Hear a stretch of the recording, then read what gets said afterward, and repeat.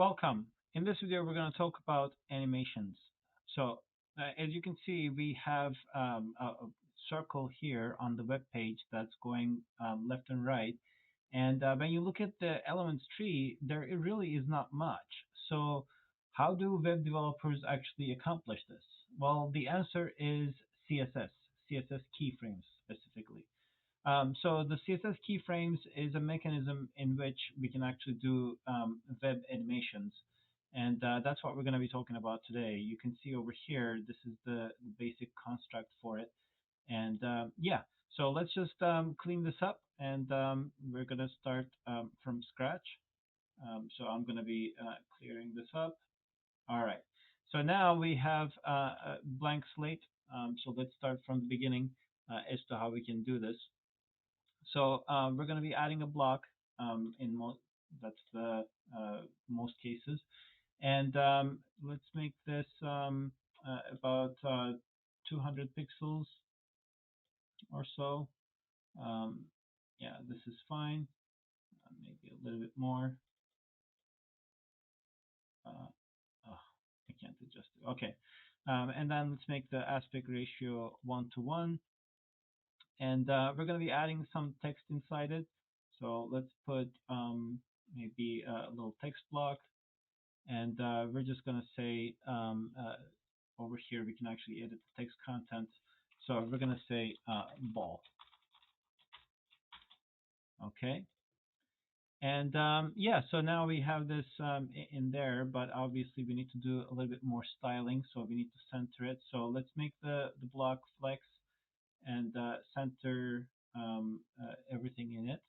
Okay, we have it over here. Let's make the font a little bit bigger so that we can see it easily. Okay, and let's make this block a little background. Let's put a little background to it. We're gonna make it light gray, and we're gonna add a little border. And let's make it a circle now using the border radius. Okay. All right, that's what we do, and this is something that happens when you have text. Sometimes it appears a little bit lower, so you can easily adjust the position of the text if you like, just a tiny bit, so that it appears just right. This is actually a human illusion. We like to see things a little bit higher up than the exact center. All right, so what we're gonna do now is we need to center this. Let's make the margins auto on both sides and add a little block. And this needs to be flow root so that the margin stays within. Okay. So now we have this ball. This is the static version of what we saw before. So now we need to make this animate. How do we do that?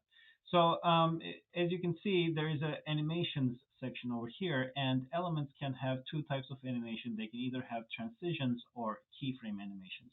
So in this video, we're going to talk about the keyframe animations, which are much more flexible, and they're much more powerful, and you can do a lot of different things you want with the keyframe animations. Transition animations, we're going to talk about them in a different video. Those are simpler versions of the animations. They can be activated in response to certain things. They're basically quick animations that you can set up. All right, so let's add a keyframe animation, and when we add it, as you can see, there is no animation available yet. So we're going to be adding an animation. Let's call this move, and I'm going to be adding this. And let me just show this in the collections, CSS collections. We have a keyframes collection. This is basically what defines the animation.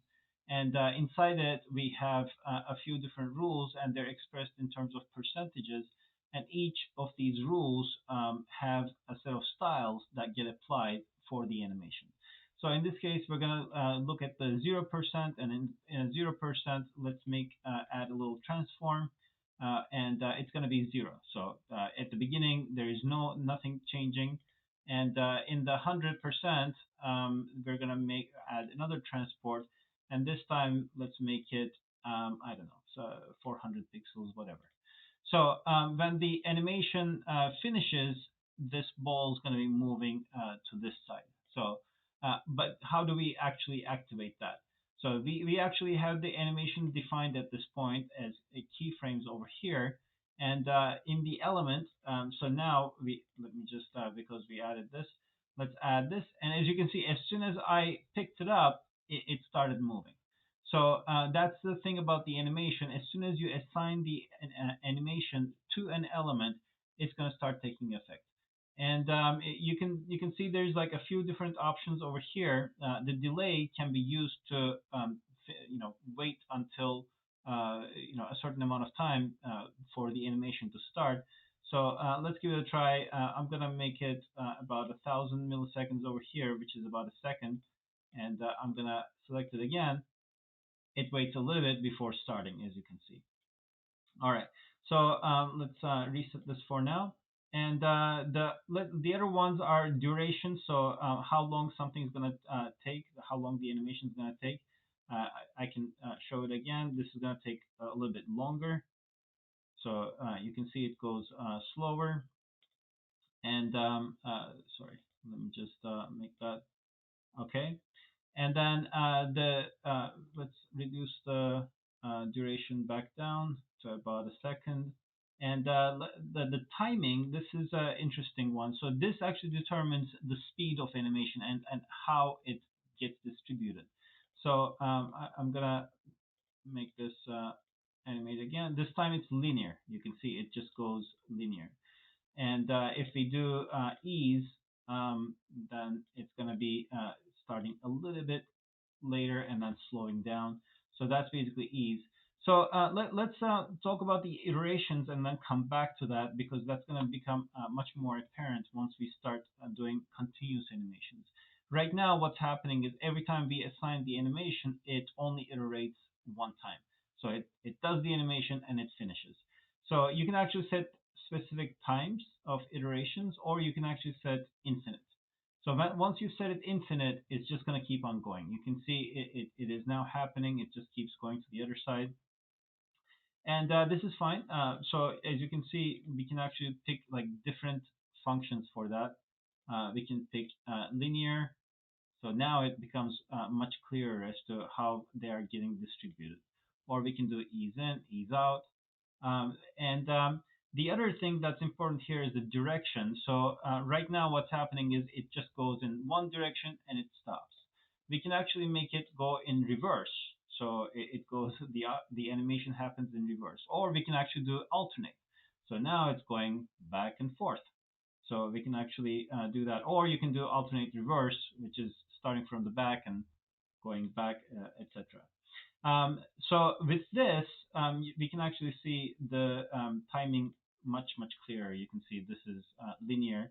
And the thing about this timing, there is something called cubic bezier. And there's a site over here called cubicbezier.com. And this is a really great site because you can actually set up like different you know, animations over here, different timing functions, and then you basically copy them over, and then you can just paste them into the timing function, and it's going to do these really interesting animations. So that's how you can actually create these really interesting animations. And each animation frame can have different styles, obviously. We only use the transform. It can do a lot of other things, fonts, shadows, text shadow, or border, or background color, whatever it may be. So there's a lot of different potentials that you can apply here for this animation structure. And yeah, so this is how you do animations with CSS and web development. All right, that's about it. Thank you very much for watching.